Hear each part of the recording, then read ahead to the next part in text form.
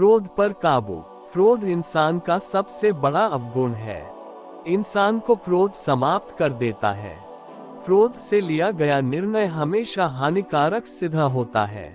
इसलिए क्रोध पर काबू पाना बहुत ही आवश्यक है। एक युवक बहुत ही गुस्सैल किस्म का था। वह छोटी छोटी बातों में भी अत्यधिक क्रोधित हो जाता था। उस युवक ने अपने ये परेशानी अपने पिताजी को शेयर की।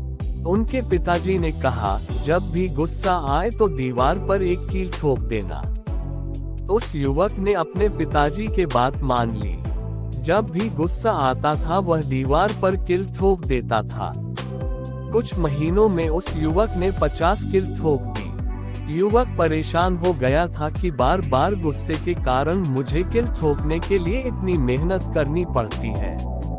इतनी मेहनत करने से तो अच्छा है कि मैं गुस्सा ही नहीं करूं, वह तो बहुत आसान है। कील ठोकने से परेशान होकर उसी युवक ने अपने गुस्से पर काबू पाना शुरू कर दिया।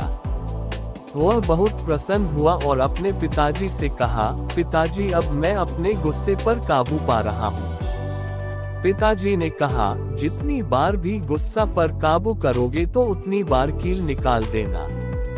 उस युवक ने फिर से अपने पिताजी का आज्ञा पालन किया। धीरे धीरे वह अपने गुस्से पर काबू पाने में पूरी तरह सक्षम हो गया। उसने सभी कील दीवार से निकाल दी। उसके पिताजी ने उस दीवार का नक्शा बताते हुए कहा कि बेटा, इस दीवार को ध्यान से देखो। आपने कील तो निकाल दी है, लेकिन उस दीवार पर बहुत सारे छेद हुए हैं।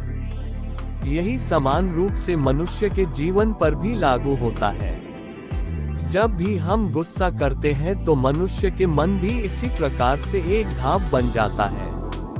वह घाव छेद के समान है।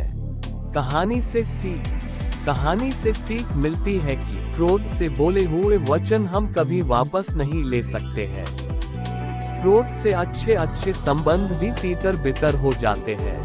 इसलिए शांत स्वभाव से आप बड़े बड़े कार्य को सफल कर सकते हो, जो क्रोध से बिल्कुल भी संभव नहीं है पर शांत भाव से संभव है।